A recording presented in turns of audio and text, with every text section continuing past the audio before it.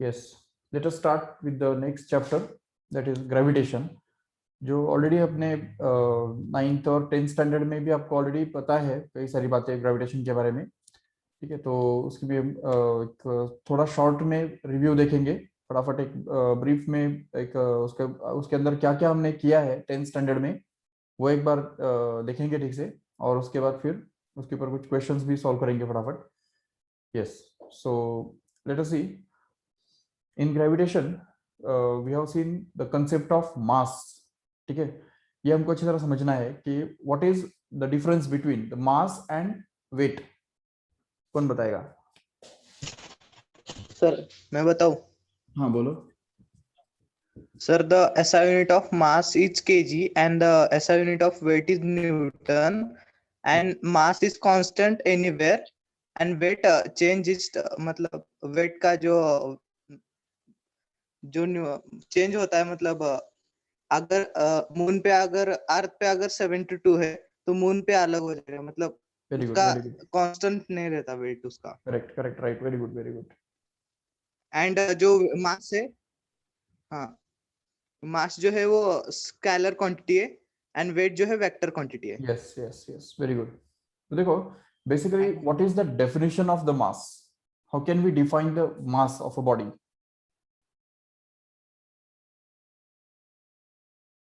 yes, the matter contained in the body is called as the mass. remember, कोई भी body के अंदर जो जितना भी अमाउंट ऑफ मैटर कंटेंट है, तो उसको हम बोलते हैं मास। ठीक है, and that is measured in kilogram, no doubt. तो ये है मास का definition. But how the weight is different from that? If suppose there is a body, then there will be a gravitational force acting on this body in the downward direction due to the gravitational force of earth। मतलब gravitational जो अर्थ का जो gravitational field है, उसकी वजह से जो उसके ऊपर फोर्स एक्ट होगा, तो उस फोर्स को हम एक्चुअली एक्चुअली क्या बोलते हैं? वेट बोलते हैं। तो वेट के लिए हमको क्या करना पड़ेगा? मास को ग्रेविटी से मल्टीप्लाई करना पड़ेगा। याद रखो ठीक से, this mass has to be multiplied with gravity. What is this gravity? Is, ये ग्रेविटी का मतलब क्या होता है? What does it mean? Yes, it is also called as the acceleration due to gravity. जैसा कि हमने लास्ट लेक्चर में भी देखा था कि अगर एक बॉडी, अगर यहां से मैंने रिलीज कर दिया, जैसे उसको रिलीज करेंगे तो वो उसका जो स्पीड है वो धीरे धीरे बढ़ता जाएगा। ठीक है, एक पर्टिकुलर इंस्टेंट के बाद उसका स्पीड जो है वो कुछ ना कुछ ज्यादा ही होता 9.6। जाएगा। यस, हाँ। तो बेसिकली एक सेकेंड में उसका स्पीड 9.8 मीटर पर सेकेंड से बढ़ता है। ठीक है, मतलब अगर मैंने ये बॉडी यहाँ से रिलीज कर दिया, ये सपोज अर्थ का सरफेस है, और यहाँ से मैंने उसको छोड़ दिया, तो एक सेकेंड होने के बाद क्या होगा पता है? इसका स्पीड कितना रहेगा? We can just say that it will be 9.8 metre per second. मतलब 9.8 मीटर पर सेकेंड इस स्पीड से वो उस समय मूव हो रहा होगा एक सेकेंड के बाद। अगर 2 सेकेंड चेक करते हैं तो 2 सेकेंड के बाद उसका जो स्पीड है वो कितना होगा? इस 9.8 का डबल, मतलब 19.6 मीटर पर सेकेंड होगा। In the same way, after 3 seconds, its speed will be actually 29.4 metre per second. ठीक है, 3 सेकेंड्स के बाद इतना होगा। In the same way here, 4 seconds, after the 4 seconds, its speed will become 39.2 metre per second. मतलब उसका जो speed है वो उतना बढ़ता जाएगा। And after the 5th second, मतलब 5 सेकेंड के बाद क्या होगा? उसका स्पीड निकाल सकते हैं आराम से। ठीक है, speed will become 5 times of this 9.8, मतलब वो 49 मीटर पर सेकेंड होगा। such a tremendous speed. Remember, it will be very very large speed actually। 49 metre per second मतलब ऑलमोस्ट 50 मीटर पर सेकेंड हो गया कि नहीं? एक सेकेंड में 50 मीटर, इतना स्पीड में वो बॉडी मूव करेगा। और उतना स्पीड गेन करने के लिए उसको कितना लगेगा? सिर्फ 5 सेकेंड लगेंगे। इसीलिए हम देख सकते हैं यहाँ पे कि उसका जो स्पीड है वो हर सेकेंड बाय सेकेंड क्या हो रहा है? 9.8 मीटर पर सेकेंड से बढ़ रहा है कि नहीं? सर ये 9.8 कैसे मेजर किया सर कि 9.88 से ही आगे मतलब नीचे जाएगा? सर ये कैसे मेजर? प्रैक्टिकली देखो, सपोज मैंने यहाँ से इस बॉडी को छोड़ दिया। ठीक है, इस पर्टिकुलर पॉइंट, अभी ये डिस्टेंस तो बहुत छोटा है, इसलिए उसको टाइम बहुत कम लगेगा। लेकिन हम उसको बहुत ऊपर से, जैसे 50 मीटर या 100 मीटर या बहुत दूर से ऊपर से अगर उसको हम छोड़ते सकते हैं, अगर हम वहां से उसको छोड़ देंगे तो जैसे ही वो नीचे आएगा, तो नीचे आने के टाइम उसका स्पीड जो है वो बढ़ता जाएगा कंटिन्यूअसली। एक सेकंड के बाद, 2 सेकंड के बाद, 3 सेकंड के बाद अगर उसका स्पीड हमने मेजर किया तो पता चलता है कि उसका जो स्पीड है वो मींस एक्चुअली 9.8 मीटर पर सेकंड से बढ़ता जाता है। हर सेकंड में 9.8 मीटर पर सेकंड से बढ़ता जाता है। ठीक है, ये ऑब्जर्वेशन है, इट इज प्रैक्टिकली मेजर्ड। ठीक है, there are some instruments and there are some methods to practically measure the acceleration of any body. जैसे कोई व्हीकल है या कार होता है, तो कार का हम एक्सेलरेशन कैसे ढूंढ के निकालते हैं? उसका एक पर्टिकुलर पॉइंट पे स्पीड निकालते हैं, दूसरे पर्टिकुलर पॉइंट पे स्पीड निकालते हैं, उन दोनों का डिफरेंस लेते हैं और उस डिफरेंस को टाइम से डिवाइड कर लेते हैं। तो इस तरह से rate of change of velocity, ये यही एक्सेलरेशन का डेफिनेशन है। तो यही हम यहाँ पे भी करते हैं। तो कोई भी चीज अगर यहाँ पे हम छोड़ देते हैं तो तुरंत वो एक्सेलरेट होता है और उसका जो एक्सेलरेशन है वो 9.8 metre per second square observe किया जाता है। और इसीलिए इस एक्सेलरेशन को हम क्या बोलते हैं? ग्रेविटेशनल एक्सेलरेशन बोलते हैं। And that is fixed for all the bodies. ऐसा नहीं कि एक सपोज लाइट बॉडी है तो उसके लिए कम एक्सेलरेशन होगा, या हेवी बॉडी है तो उसके लिए ज्यादा एक्सेलरेशन होगा। बिल्कुल नहीं, the acceleration is going to be the same for all bodies. ठीक है, इरेस्पेक्टिव ऑफ देयर मासेस। जितना भी मास होगा तो उसका मास कम हो या ज्यादा हो कोई फर्क नहीं पड़ता है, उसका जो ग्रेविटेशनल एक्सेलरेशन है it is going to be always going to be the same for every body. हर एक बॉडी के लिए वो सेम ही रहेगा। इसीलिए उसको यूनिवर्सल, मतलब जो अर्थ के सरफेस के ऊपर वो हमेशा कांस्टेंट है ऐसा समझा जाता है। और उसको ही हम जी से डिनोट करते हैं, that is the sir acceleration due to gravity, g. Balloons yes yes yes. Sir हाँ बोलो। सपोज हम बलून को छोड़ेंगे तो सर वो बलून मतलब हाँ बहुत ही हाँ हाँ। स्लो जाए। Yes yes yes. अभी सपोज एक कागज अगर छोड़ देंगे तो वो तो बहुत दूर देर के बाद नीचे गिरेगा, या बलून अगर छोड़ देंगे या कॉटन का कोई पीस अगर छोड़ देंगे तो बहुत देर से नीचे गिरेगा। उसके लिए रीजन क्या है? कि एयर रेजिस्टेंस उसका मेन रीजन है। वहां पे एयर रेजिस्टेंस डोमिनेट कर जाता है और उसी वजह से, एयर रेजिस्टेंस की वजह से ही वो सब गड़बड़ होता है। अगर मान लो एयर रेजिस्टेंस नहीं होता तो ऐसा नहीं होना था। मतलब अगर ये एयर एटमॉस्फेयर अगर नहीं होता अर्थ के आसपास, तो उस केस में हम कोई भी चीज अगर छोड़ते हैं तो उसको सेम ही टाइम लगता नीचे आने के लिए, उसका एक्सेलरेशन सेम ही रहता था। फॉर एग्जाम्पल, अगर सपोज हम एक 10 किलोग्राम का बॉडी और एक 100 किलोग्राम का बॉडी रिलीज करते हैं, और उनके लिए अगर चेक करते हैं कि वो दोनों कितने टाइम के बाद यहाँ पे अर्थ के सरफेस पे आके गिरते हैं, तो पता चलता है कि they will take the same time. ठीक है, because air resistance is very very small for both of the bodies in this case here.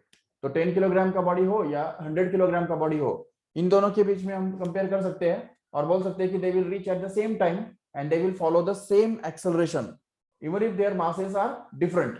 But हाँ, अभी ऑब्वियसली ये अगर तुमने जैसे बोला कि अगर सपोज हम एक कागज अगर छोड़ देंगे और एक दूसरा अगर कोई 100 किलोग्राम का बॉडी अगर छोड़ देंगे, तो जरूर ये होगा कि 100 किलोग्राम का बॉडी जल्दी नीचे गिराएगा।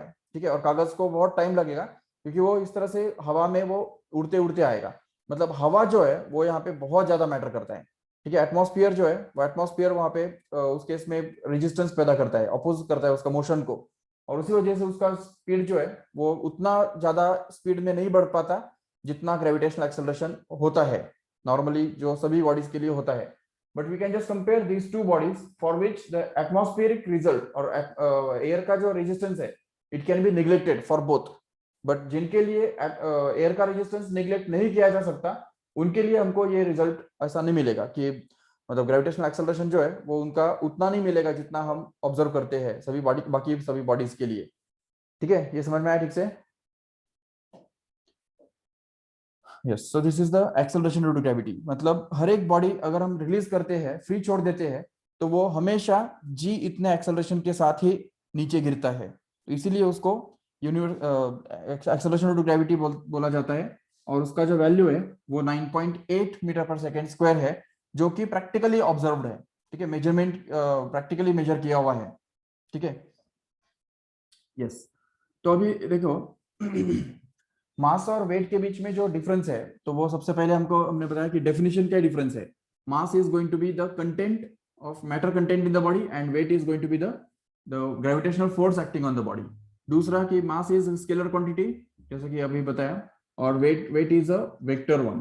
ठीक है, और तीसरी बात कि mass is measured in kilogram whereas weight has to be measured in newton. Remember, हम अभी क्या है ना कि डेली लाइफ के अंदर बहुत बार ये गलत कर देते हैं गफलत करते हैं कि वेट को हम किलोग्राम में मेजर करते हैं. That is not to be done. Remember, weight हमेशा न्यूटन में ही मेजर किया जाना जरूरी है. अगर हम बोलते हैं कि मेरा वेट 60 किलोग्राम है, ठीक है, वेट 60 किलोग्राम है, तो ये स्टेटमेंट ही रॉन्ग है. ये स्टेटमेंट रॉन्ग है. क्यों? क्योंकि वेट कभी 60 किलोग्राम नहीं हो सकता है. ठीक है, वेट अगर हम बोल रहे हैं तो वो न्यूटन में एक्सप्रेस किया होना जरूरी है. तो हमको क्या बोलना चाहिए? Weight is equal to 60 into, अभी यहाँ पे वेट का फॉर्मूला क्या है हमको पता है. Weight W is always equal to mg. ये हमारा फॉर्मूला है. ठीक है, मास का वही हाँ हाँ. तो इसलिए यहाँ पे वेट जो है, तो वो 60 को 9.8 से जब हम मल्टीप्लाई करेंगे तो तब जाके हमको ये वेट मिलेगा. तो इसलिए उसको हम सॉल्व करेंगे इसको आगे. तो कितना मिलेगा? 49 प्लस 9.8, इट बिकम्स एक्चुअली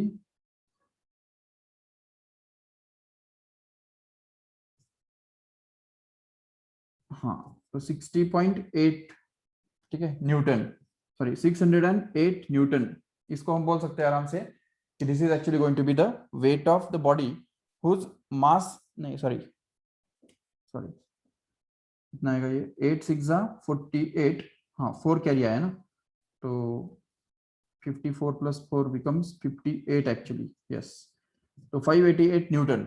ये इसको हमको बोलना पड़ेगा, it is the weight of the body. Okay, तो हम हमेशा क्या करते हैं, वेट और मास के अंदर थोड़ा सा गलत कर लेते हैं. मास के बदले वेट और वेट के बदले मास यूज करते हैं कभी कभी. बट हमको अभी इस चैप्टर के अंदर तो एटलीस्ट हमको ऐसा नहीं करना है.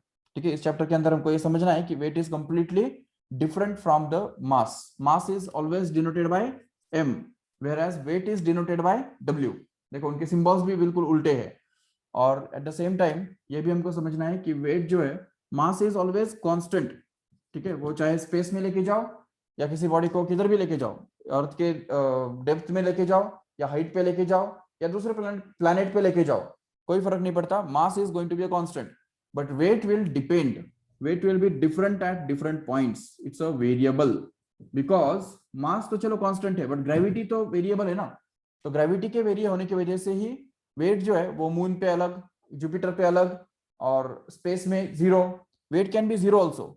देखो यहाँ पे एक बात हम समझ सकते हैं, mass can not be zero, okay, but weight can be zero. ये वेट जीरो हो सकता है, बट मास कभी भी जीरो नहीं हो सकता है. तो ये दोनों के बीच में डिफरेंस पॉइंट्स है. तो ये अदर घड़ी से और कोई डिफरेंस पॉइंट्स है? ओके, तो चलो ये बात हमको अच्छी तरह समझनी है, मास और वेट के बीच में का difference. Then we can just talk about the Newton's law of gravitation. What does it tells us? Newton's law of gravitation tells us simply that if suppose there are two bodies of masses m1 and m2 which are separated by some distance r from each other, then the force of attraction, gravitational force of attraction between them is actually directly proportional to the product of their masses and inversely proportional to the square of distance between them. Yes. What does it actually mean is, see here, it means that the force is going to be depending upon the product of masses. मतलब ये दोनों masses जितने बड़े होंगे उतना force ज्यादा होगा, और रेडियस जितना मतलब डिस्टेंस बिटवीन देम जितना ज्यादा होगा उतना फोर्स एक्चुअली कम होता जाएगा. मतलब अगर डिस्टेंस हमने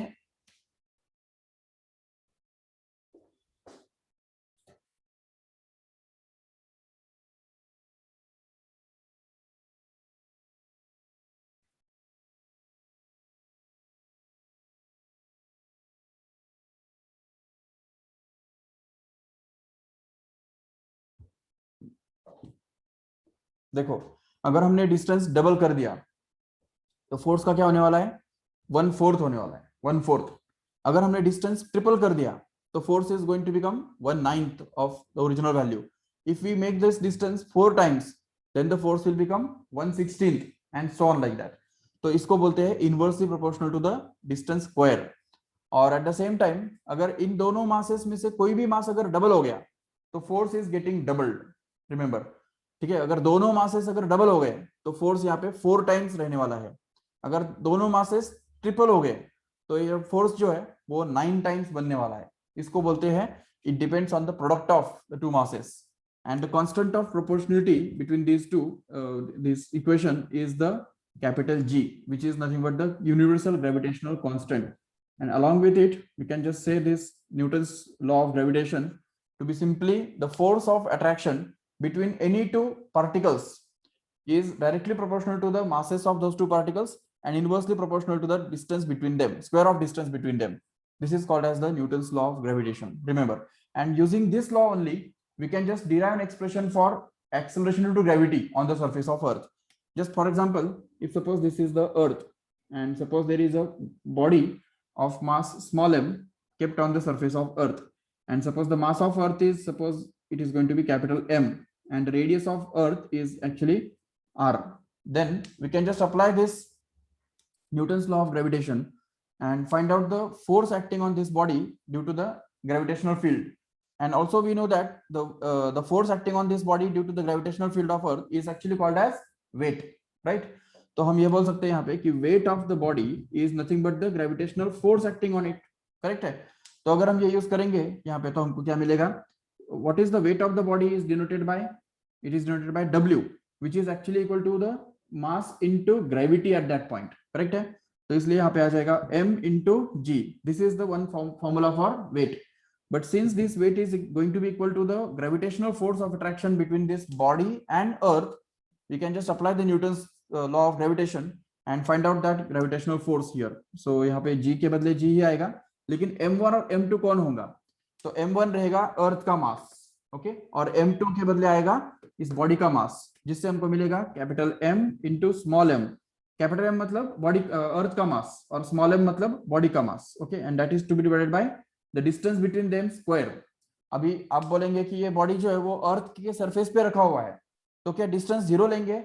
नहीं, ठीक है, हमको यहाँ पे डिस्टेंस जो है वो सेंटर्स के बीच में कैलकुलेट करना होता है, ठीक है. भले बॉडी अर्थ के सरफेस पे रखा हुआ है, लेकिन वो सेंटर से उसका डिस्टेंस जीरो है क्या? नहीं, अर्थ के सेंटर से उसका डिस्टेंस कैपिटल R है, जो कि रेडियस ऑफ अर्थ कहलाता है. इसलिए यहाँ पे हमको कैपिटल R डालना पड़ेगा, उसका स्क्वायर डालना पड़ेगा. And hence you can just get this m cancelled from both sides and we'll be left with the value of acceleration due to gravity to be simply capital G m upon r square. This is the expression for the acceleration due to gravity of the earth surface. तो अर्थ के surface पे जो gravity होता है वो हम इस formula से भी निकाल सकते हैं. If we just know the acceleration gravitational constant, universal gravitational constant, which is actually 6.67 into 10 raised to minus 11. ये भी याद रखो ठीक से. This is the value of acceleration due to gravity and that is going to be in obviously Newton meter square per kilogram square. वो भी उसका unit है, याद रखो ठीक से. और फिर mass of earth, if you know, it is actually 6 into 10 raised to 24 kilogram. Okay, this is the mass of earth.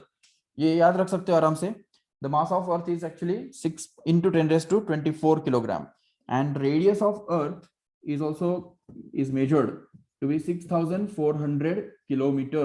Remember 6400 kilometre ये एक्चुअली अर्थ का रेडियस है, ठीक है. तो ये तीनों चीजें अगर हमने यहाँ पे डाल दिया तो हमको ये जो g है, g का वैल्यू हमको मिल जाएगा 9.8. यस,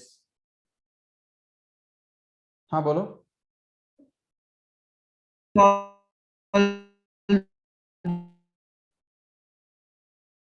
नहीं सुनाई नहीं दिया.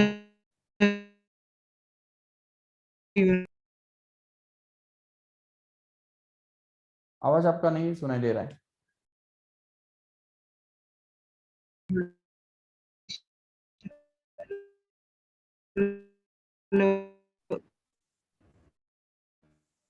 सर चैटिंग करके भी कर सकते. हाँ ठीक है, चैट में डालो, चैट में डालो, ठीक है. आवाज आपका सुनाई नहीं दे रहा है, ठीक है. So this is the expression for acceleration due to gravity on the surface of earth. Okay, surface पे acceleration due to gravity इस फॉर्मूला से निकाला जा सकता है. और यही फॉर्मूला हम थोड़ा रीअरेंज करके ऐसा भी लिख सकते हैं. आर स्क्वायर को अगर वो साइड में डाल देंगे तो हमको मिलेगा G M is equal to small g into R square, correct है. तो इस तरह से हम ये भी कर सकते हैं, ठीक है. This is the formula for capital G M. Okay, चलो ठीक है. अभी ये तो हमने देख लिया कि सरफेस पे ग्रेविटी जी होता है, ठीक है. But what do you think what will happen when we go up in the away from the surface? अगर हम सपोज ऊपर जाते हैं, अर्थ से दूर दूर जाते हैं, तो ग्रेविटी का क्या होगा? क्या वो कांस्टेंट रहेगा या कम होगा या बढ़ेगा? क्या समझते हो? कम होगी ग्रेविटी ऑब्वियसली कम होगा, है कि नहीं? तो जरूर अगर सपोज हम यहाँ से ये अर्थ है सपोज, और उसका मास हमने कैपिटल एम मान के रखा है ऑलरेडी, और यहाँ से ये तो उसका खुद का रेडियस है, और यहाँ से सरफेस से h इतने हाइट पे हम चले जाते हैं। Suppose this is the height h above the earth surface, and here we have kept the body of mass small m here. okay, small m body का मास जो है, मतलब स्मॉल m मास वाला बॉडी यहाँ पे हमने रखा हुआ है, और इधर का जो ग्रेविटी है तो उसको हम मान लेते हैं gh, चलेगा ना? gh, what is gh in this case here? It is the gravity at the height h above the surface. उसको हमने gravity at the height h above the surface, इसलिए उसको हमने gh से डिनोट किया है, gh. ओके, तो how can we find out the gravity at a height h above the earth surface? उसके लिए क्या करना पड़ेगा? फिर से सेम टेक्निक यूज करना पड़ेगा, है कि नहीं? सिर्फ वहां पे यूज करना पड़ेगा, इस पॉइंट पे हम यूज करेंगे उसको। तो जैसा कि हम जानते हैं, weight of the body is actually equal to the gravitational force of attraction between these two bodies. तो अगर हम ये बात यूज करेंगे तो what is the weight of the body here? It is going to be the mass into gravity at that point. So it will be actually m into gh, no doubt, which is going to be equal to gravitational force of attraction between these two bodies here. तो अभी देखो, इन दो bodies के बीच में gravitational force कैसे निकालेंगे? उसके लिए हमारे पास न्यूटन्स लॉ है। तो न्यूटन्स लॉ क्या कहता है? The gravitational force between two bodies is always equal to g m1 m2 upon r square. So we can just find it out in this way, g into m1। अब यहाँ पे m1 मतलब कौन होगा? Mass of earth, which is capital M here, into small m will be the mass of body, which is kept at a distance of r plus h from the center of earth, and that's why we can just put this r plus h here in the denominator, and that is also squared. okay, तो इसका square हमको यहाँ पे मिलेगा। तो this will be the formula for weight and gravitational force. But again we can just cancel it out, cancel this small m from both the sides, and we'll left with this gh, which is going to be equal to capital G m upon r plus h ka whole square, simply. So this is the formula for finding the value of acceleration due to gravity at a height h above the earth's surface. Remember, we can just denote it by equation number 2 here. okay, तो इसको हम equation number 2 भी बोल सकते हैं जरूर। और even यहाँ पे हम gm का जो वैल्यू है वो भी एक्सप्रेस कर सकते हैं in terms of gh in this way, gm is equal to gh into r plus h the whole square. तो इसमें से हमको gm का और एक वैल्यू मिल गया, देखो ठीक से, ठीक है? So we have the two values of gm, one is g into r square and the second is gh into r plus h whole square. ठीक है? अच्छा, इसमें कुछ भी अगर डाउट है तो जरूर अभी पूछो, क्योंकि इसके बाद हम दूसरा टॉपिक इसके ऊपर का करने वाले हैं। एंड जस्ट सर मुझे वापस समझाना। हाँ, ओके। देखो, सबसे पहली बात ये समझो कि Newton's first law, Newton's law of gravitation क्या कहता है? It tells us simply that if there are any two particles of masses m1 and m2 which are separated by distance r, then there is a force of attraction between them which depends on the product of their masses and inversely depends on the square of distance between them, and the constant of proportionality here is capital G, which is given by this formula, this value G 6.67 into 10 raised to minus 11. Okay, तो अब यहाँ पे इस surface पे acceleration to gravity ढूंढने के निकालने के लिए हमने क्या किया? अर्थ के ऊपर वो बॉडी रख दिया, अर्थ का मास कैपिटल M कंसीडर किया और रेडियस अर्थ का कैपिटल R कंसीडर किया, और बॉडी का जो मास है वो स्मॉल m कंसीडर किया। तो ऐसे केस में weight is equal to gravitational force, ये तो डेफिनेशन है ना वेट का। Weight is actually defined as the gravitational force acting on the body.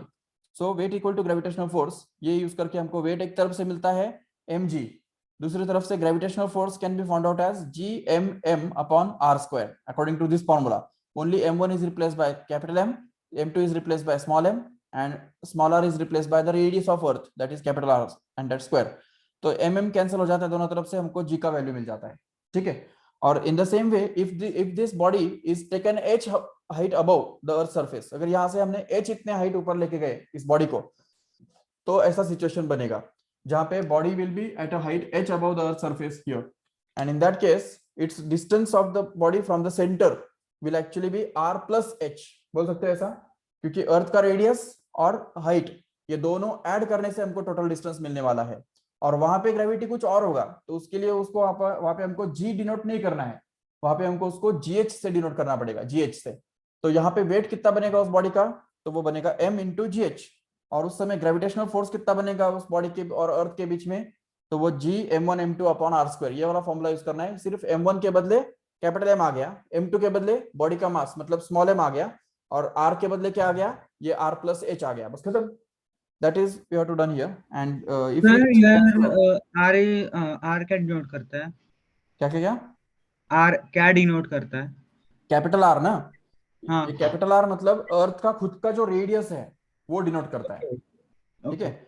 ये अर्थ है और ये उसका रेडियस है, इधर भी ये पूरा अर्थ है और ये इतना सा उसका रेडियस है, और ये हाइट है। हाइट हम क्या करते हैं, हमेशा सरफेस से मेजर करते हैं कि नहीं, हमेशा हाइट जो है वो सरफेस से मेजर किया जाता है, लेकिन सरफेस के अंदर सेंटर तक का जो डिस्टेंस है वो रेडियस कहलाता है, वो भी उसके अंदर इंक्लूड करना जरूरी होता है, तब जाके वो r प्लस एच बनता है। इसलिए वहां पे हमने r प्लस एच डाला है, क्योंकि हमको अर्थ के और बॉडी के सेंटर के बीच में का डिस्टेंस हमको चाहिए। अभी बॉडी का सेंटर तो चलो बॉडी तो बहुत छोटा है, इसलिए उसका सेंटर तो उस पॉइंट पे ही होगा जहां पे बॉडी लोकेटेड है, लेकिन अर्थ का जो सेंटर है वो सरफेस पे नहीं होगा ना, बल्कि वो उसके सेंटर पे होगा एक्चुअली।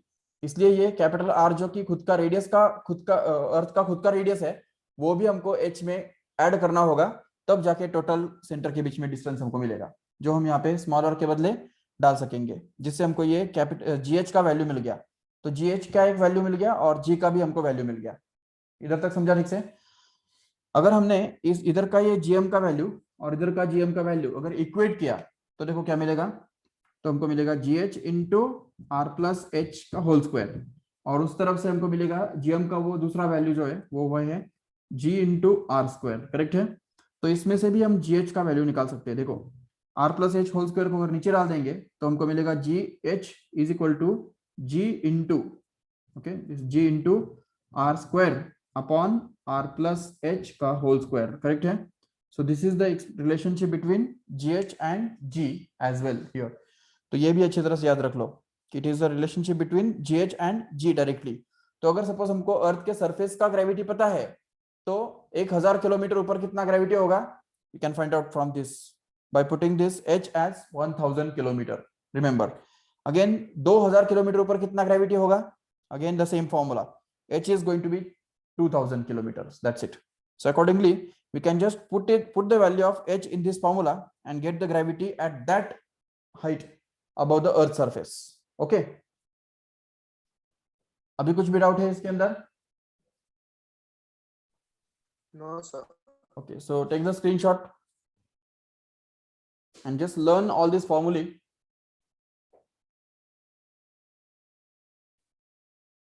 Yes.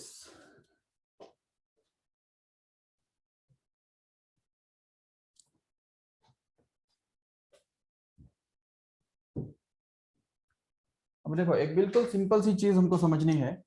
अगर सपोज ये अर्थ के सरफेस से थोड़ा दूर जाते हैं, यहाँ पे सपोज हम जाते हैं, ठीक है, और यहाँ पे अगर हम एक सैटेलाइट लॉन्च करते हैं तो उसको अगर हम बहुत कम स्पीड देंगे ना तो वो धीरे धीरे इस तरह से ट्रैवल करेगा और यहाँ पे गिर जाएगा, करेक्ट है। और अगर बहुत ज्यादा स्पीड देंगे तो क्या होगा, it will just fly away from the earth surface earth gravitational field and never come back again, okay. लेकिन ये दोनों सिचुएशंस के बीच में एक ऐसा सिचुएशन होता है जब अगर उस उतना वेलोसिटी अगर हम उसको दे देंगे तो this satellite will continuously revolve in the circular orbit around the earth, and the velocity which is required for this to happen is actually called as the critical velocity. Remember, if suppose this satellite is thrown or projected with a velocity which is equal to critical velocity, ठीक है, एक critical velocity करके एक special velocity होता है जिसके वजह से ये क्या होता है कि ये जो सैटेलाइट है वो सर्कुलर मोशन में घूमता रहता है हमेशा के लिए। In the same way as moon is already revolving around the earth for years, even all the planets are already revolving around the sun, ठीक है, and they will revolve permanently forever. तो ये सभी प्लैनेट्स जो है वो भी जिस तरह से घूमते रहेंगे हमेशा के लिए, सेम वैसे ही ये बॉडी भी हमेशा के लिए घूमता रहेगा अगर उसको हमने क्रिटिकल वेलोसिटी के साथ प्रोजेक्ट किया तो, ठीक है, ये बात हमको समझनी है। बट अगर उसको हमने क्रिटिकल वेलोसिटी से कम वेलोसिटी दिया तो क्या होता है, तो body will just revolve in a parabolic path it will follow the projectile motion and just fall on the surface of earth somewhere, किधर ना किधर वो अर्थ पे ही जाके गिर जाएगा, ठीक है।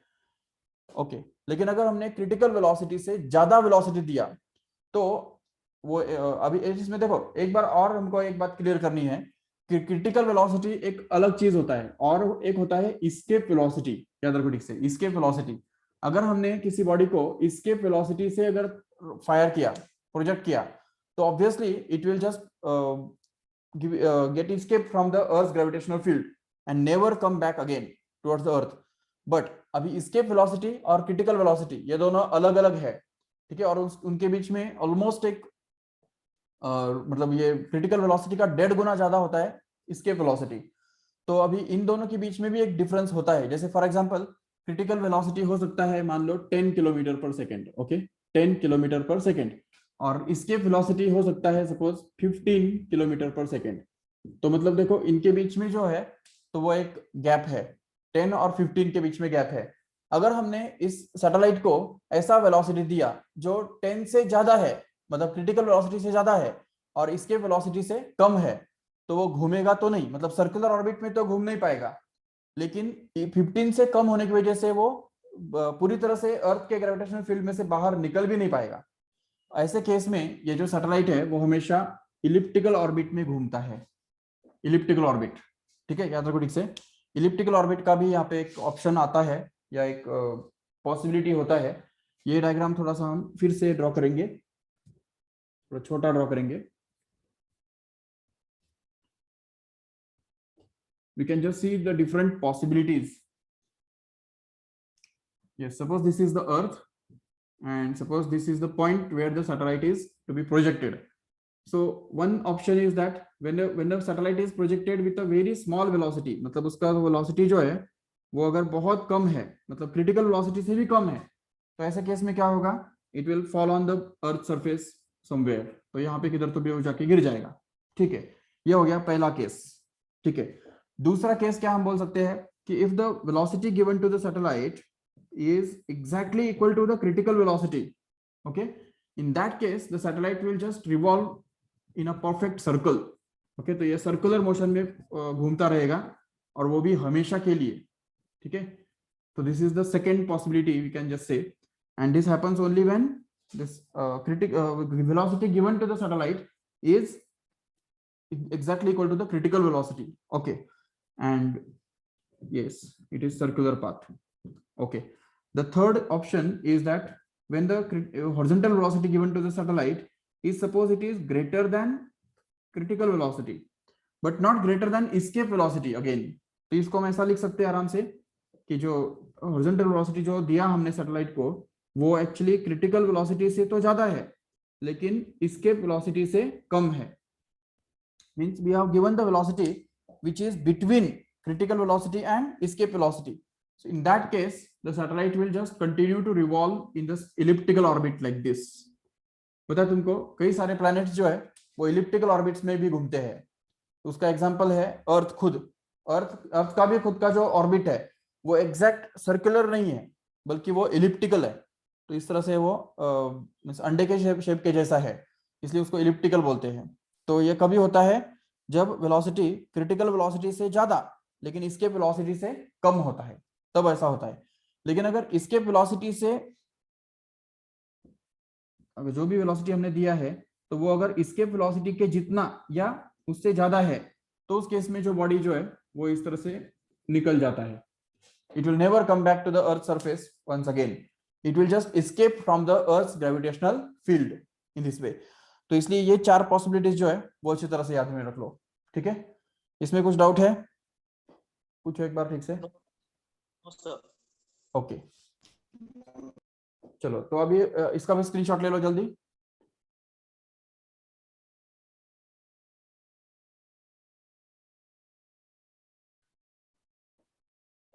ओके, नाउ लेट अस सी।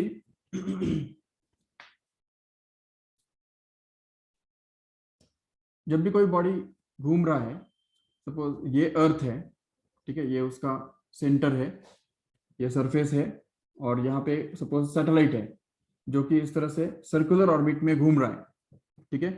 तो इसको सर्कुलर ऑर्बिट में घूमने के लिए जो वेलोसिटी रिक्वायर्ड है उसको ही हम क्रिटिकल वेलोसिटी बोलते हैं। और उसके लिए कंडीशन क्या होता है, देखो ठीक से, कि कंडीशन ये होता है कि the centripetal force which is necessary for the circular motion of this body is going to be provided by the gravitational force of attraction between this body and earth. Okay, suppose that mass of the body is small m and capital M is the mass of the earth actually, and r is the radius of earth and h is the height up to which the body is rise from the surface. तो ऐसे case में क्या होता है ना कि centripetal force और gravitational force, क्योंकि हमने ऑलरेडी देखा है कि कोई भी बॉडी जब घूमता है तो उसके ऊपर एक आउटवर्ड डायरेक्शन में फोर्स एक्ट होता है, ठीक है, जिसको हम सेंट्रीफ्यूगल फोर्स बोलते हैं। याद है सभी को? अगर सपोज एक कोई भी अगर व्हील है और व्हील अगर घूम रहा है तो उसके ऊपर जब हम कोई भी कॉइन रख देते हैं तो वो कॉइन हमेशा दूर तरफ फेंक दिया जाता है, बराबर। तो वो इसी वजह से होता है, सेंट्रीफ्यूगल फोर्स की वजह से होता है। एंड सेंट्रीफ्यूगल फोर्स का जो फॉर्मूला है तो वो इस तरह से है, centrifugal force is always equal to mv² upon r, where m is the mass of the body which is revolving in a circular orbit, v is the velocity of that body and r is the radius. Okay, तो अगर ये formula हम यहाँ पे use करते हैं तो हमको क्या मिलेगा, देखो, centrifugal force will be actually equal to m, that is the mass of the body which is revolving around the earth in circular orbit, into velocity. Velocity is the special velocity, that is vc, which is called as critical velocity here, and that is to be divided by r. r मतलब क्या है, radius of orbit, which is actually going to be the sum of capital R and H in this case here. So ये R plus H यहाँ पे बन जाएगा, ठीक है। And if we just equate this with the gravitational force, then we can just say that the gravitational force will actually be equal to again the same thing we have just derived it last time. That means G into capital M into small m upon R square, मतलब capital R plus H का whole square, which is obtained from Newton's law of gravitation. Okay, तो ये Newton's law of gravitation से हमको मिल रहा है और ये सेंट्रीफ्यूगल फोर्स के फॉर्मूला से ही मिल रहा है, सेंट्रीफ्यूगल फोर्स के फॉर्मूला से, ठीक है। अभी ये दोनों को अगर हम सॉल्व करेंगे तो हम पाएंगे कि यहाँ पे m जो है वो दोनों तरफ से कैंसिल हो जाएगा और r प्लस h एक कैंसिल हो जाएगा, एक बचा रहेगा वहां पे, जिससे हमको मिलेगा vc² is equal to gm upon r plus h, and hence vc will actually be equal to root of gm upon r plus h. Okay, this is the formula for is critical velocity which is required for circular motion of the body, remember. And from this critical velocity only we can find out the time period of orbit.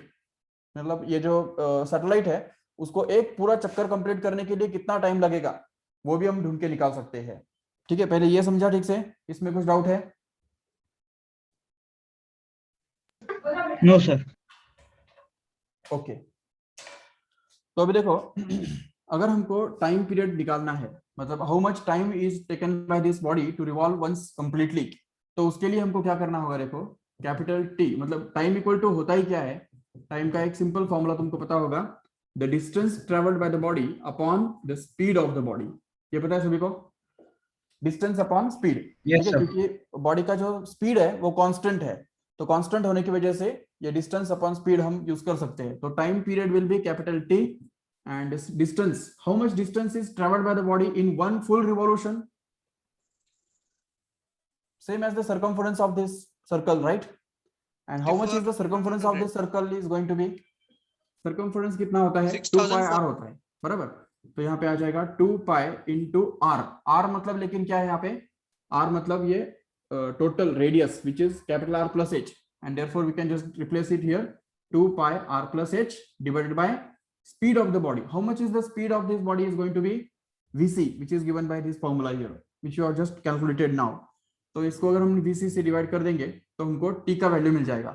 ये भी अपने आप में बहुत important formula है, याद रखो ठीक से।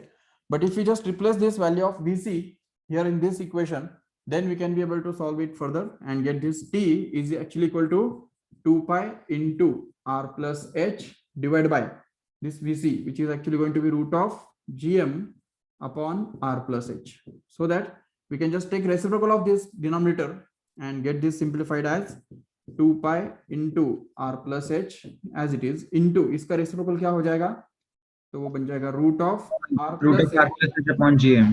yes, upon gm, correct. अभी इसमें अगर देखते हो ठीक से तो इस r plus h को हम अंदर लेके जा सकते हैं, बट उसके लिए हमको उसको स्क्वायर करना पड़ेगा। Okay, so we can just have this 2 pi into root of तो अंदर में ऑलरेडी r प्लस एच है, और ये r प्लस एच जब अंदर जाएगा तो वो r प्लस एच का होल स्क्वायर हो जाएगा, जिसके कारण वो r प्लस एच क्यूब बन जाएगा, करेक्ट है। तो we can just say that this t is actually going to be 2 pi into root of r plus H the whole cube upon gm, correct है। So this is actually going to be the formula for the time period of a satellite around the earth surface, remember.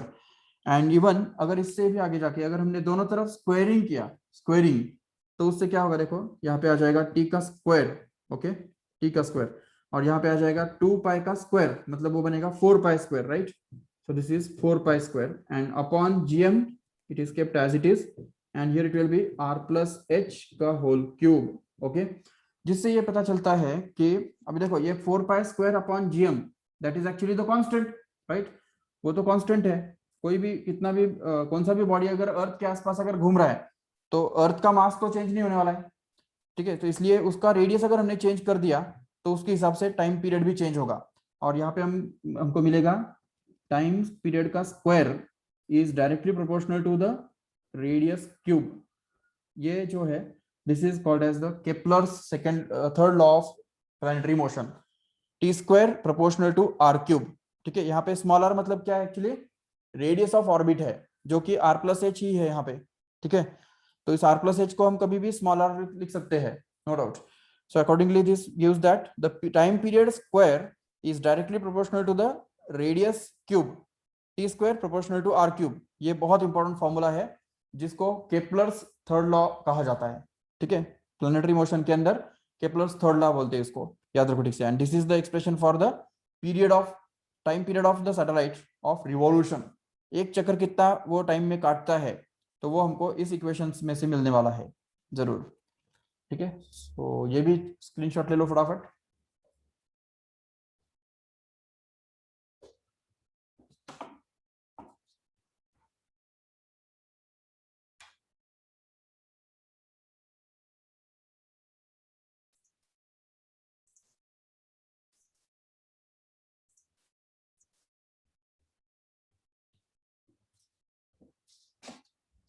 Yes, any doubt?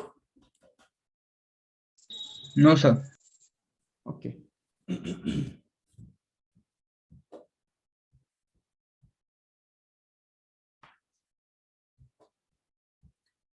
Okay, now let us discuss about the potential energy. See, what is the formula for potential energy? Do you know? कोई भी body अगर h इतने height पे अगर रखा हुआ है, उसका मास अगर m है, तो उसका ग्रेविटेशनल पोटेंशियल एनर्जी का फॉर्मूला क्या होता है? बोलो जल्दी। Yes, what is the formula for potential energy of a body? अरे काइनेटिक एनर्जी, पोटेंशियल एनर्जी, ये तो बहुत बेसिक कंसेप्ट्स है। देखो, potential energy of a body is actually given by the formula mg into h। ये तो पता है सभी को या नहीं पता है? फर्स्ट टाइम सुन रहे पता हैं? है सर, पता है। ओके ओके, तो ठीक है, याद रखो ठीक से। The potential energy of any body is always given by the formula mg into h। लेकिन अब देखो इसमें क्या है ना कि हमने ये जो फॉर्मूला बनाया है वो छोटे बड़े हाइट के लिए बनाया है, छोटे छोटे हाइट्स के लिए। मतलब अगर सपोज है कोई बॉल हमने 20 मीटर ऊपर फेंका, या 30 मीटर 50 मीटर ऊपर फेंका, 100 मीटर ऊपर फेंका, उससे ज्यादा कुछ फर्क नहीं पड़ता है। लेकिन अगर कोई मिसाइल है और हमने 1000 किलोमीटर ऊपर फेंका, तो ऐसे केस में ये फॉर्मूला काम में नहीं आएगा, बिल्कुल नहीं आएगा, याद रखो ठीक से। द पोटेंशियल एनर्जी का ये फॉर्मूला सिर्फ तभी यूज करना होगा जब बॉडी जो है वो बहुत नीचे, मतलब उसका हाइट जो है वो रेडियस के कंपैरिजन में छोटा है। अभी अर्थ का रेडियस कितना है पता है तुमको? 6400 किलोमीटर, जो अभी अभी मैंने बताया, राइट। तो उसके सामने अगर हाइट छोटा है, 100 मीटर हो या 1 किलोमीटर भी हो या 5 किलोमीटर भी हो, तो भी वो छोटा ही है, ठीक है। 6400 किलोमीटर के सामने छोटा ही है, इसलिए तभी हम ये वाला फॉर्मूला यूज कर सकते हैं, ठीक है। लेकिन अगर हम सैटेलाइट्स के बारे में बात कर रहे हैं या मिसाइल्स के बारे में बात कर रहे हैं, जो कि बहुत बहुत 1000 किलोमीटर, 2000 किलोमीटर, 6000 किलोमीटर ऊपर जाके वापस आने वाले हैं, तो ऐसे बॉडीज के लिए पोटेंशियल एनर्जी के लिए ये वाला फॉर्मूला हमको यूज नहीं करना है, ठीक है। तो उसके बदले क्या करना होगा हमको, तो पोटेंशियल एनर्जी का और एक फॉर्मूला हमको यूज करना होगा, दूसरा मॉडिफाइड फॉर्मूला, जिसमें m तो चलो ठीक है बॉडी का मास होगा, लेकिन g जो है वो उस पॉइंट के ऊपर का ग्रेविटी होगा जिसको हमको gh बोलना होगा, क्योंकि this gravity at this height h above the earth surface may not be equal to g here, and hence in that case we'll have to replace this gravity by gh, okay। and height जो है h जो है वो h सिर्फ surface से नहीं बल्कि centre से मेजर करना होगा, सेंटर से, जिसमें अर्थ का जो खुद का रेडियस है तो वो भी वहां पे आ जाएगा, जिसके कारण पोटेंशियल एनर्जी निकालने के लिए हमको यहाँ पे r प्लस एच कंसिडर करना होगा, h के बदले r प्लस एच डालना होगा।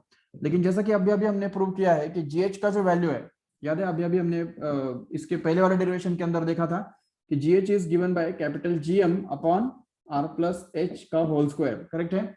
तो ये इक्वेशन gh का अगर हमने यहाँ पे डाल दिया तो हमको इसमें से मिल जाएगा m into capital Gm upon r plus H का whole square into r plus h only, so that here r plus h gets cancelled once and it left once, so that we can get this M into GM upon RH. yes, R so plus g into capital M first, capital M means mass of earth itself, okay, Yes. into small m here, this small m is actually going to be the mass of this body here, and that is to be divided by simply r plus h, and this is actually going to be the final formula for or modified formula for potential energy of the body whenever it is thrown at a height h above the earth surface, which is not negligibly small as compared to the radius of earth।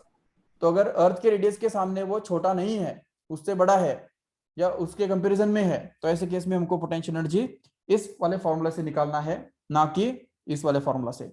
हाँ, अगर height बहुत छोटा है तो चल जाएगा, कोई problem नहीं, ये फॉर्मूला से भी हम निकाल सकते हैं हाइट, नो डाउट, लेकिन sorry Sir, potential but after what specific height we should use this formula?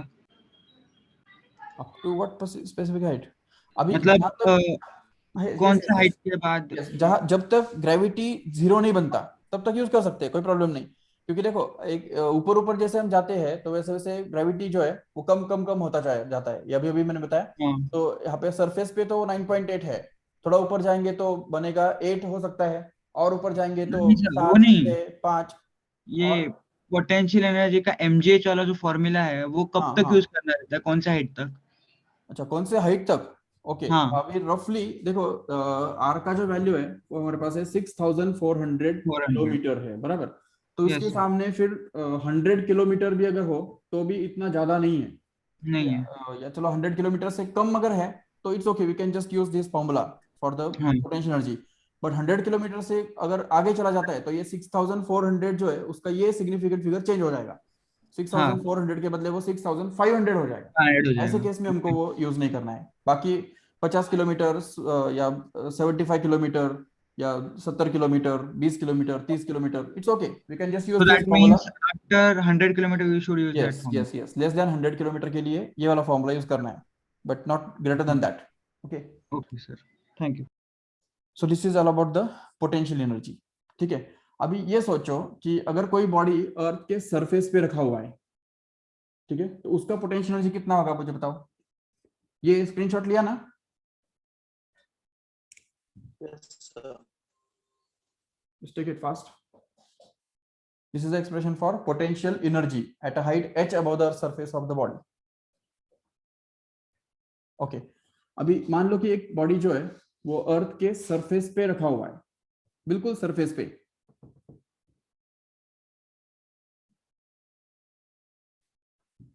तो क्या बता सकते हो उसका पोटेंशियल एनर्जी कितना होगा? अभी जो हमने फॉर्मूला डेवलप किया उसको यूज करके, body is at the surface no doubt, तो पोटेंशियल एनर्जी कितना होगा उसका?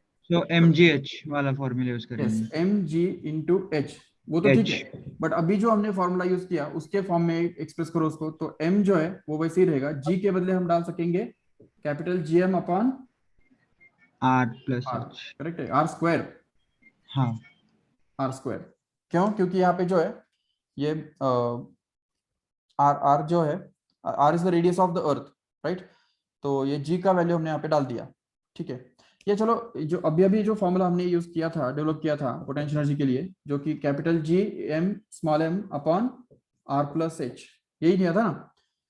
ओके, अभी इसमें अगर हम सपोज यहाँ पे एच के बदले अगर जीरो डाल देते हैं, क्योंकि जो बॉडी जो है वो यहाँ पे सरफेस पे है करके, यहाँ पे पोटेंशियल एनर्जी फिर कितना बनेगा हमको, तो वो बनेगा G M M upon M simply on R. No doubt. अभी इतना पोटेंशियल एनर्जी इस बॉडी के पास है, ठीक है। और वो भी एक्चुअली होता क्या है ना कि ये पोटेंशियल एनर्जी ऐसा होता है कि जब बॉडी यहाँ पे आता है तो वो काइनेटिक एनर्जी गेन करता है, और काइनेटिक एनर्जी गेन करने के साथ साथ पोटेंशियल एनर्जी लूज करता जाता है, और ये जो पोटेंशियल एनर्जी है वो एक्चुअली लॉस्ट है, लॉस्ट। और लॉस्ट होने की वजह से ही हमको उसको माइनस बोलना पड़ता Negative. है, Yes. नेगेटिव है। अभी अगर उतना ही पोटेंशियल एनर्जी अगर उसको हम दे देंगे in the form of kinetic energy, then it will just remove from the earth surface. तो ये इस बॉडी को पूरी तरह से अर्थ के ग्रेविटेशनल फील्ड में से बाहर निकालने के लिए कितना एनर्जी देना जरूरी है, इतना ही एनर्जी देना जरूरी है जो उसने लूज किया था व्हाइल कमिंग देयर। तो यहाँ पे आने के टाइम जितना उसने लूज किया उतना अगर हम वापस दे देंगे तो वो यहाँ पे बंधा हुआ नहीं रहेगा, अर्थ के साथ बंधा हुआ नहीं रहेगा, बल्कि वो अर्थ से छूट जाएगा, मतलब फ्री हो जाएगा। तो उसके लिए जो काइनेटिक एनर्जी हमको देना पड़ेगा वो उसके एग्जैक्टली पोटेंशियल एनर्जी के बराबर होना जरूरी है, और वो भी पॉजिटिव, ठीक है, पॉजिटिव पोटेंशियल एनर्जी के बराबर होना जरूरी है। तो काइनेटिक एनर्जी कितना होता है, अभी किसी भी बॉडी को जब हम कोई काइनेटिक एनर्जी देने से अगर ये बॉडी रिमूव किया जाने वाला है, वो अगर अर्थ के सरफेस से अगर निकल जाएगा, तो इसका मतलब वो वेलोसिटी जो हम उसको देंगे वही तो इसके वेलोसिटी होगा, है कि नहीं।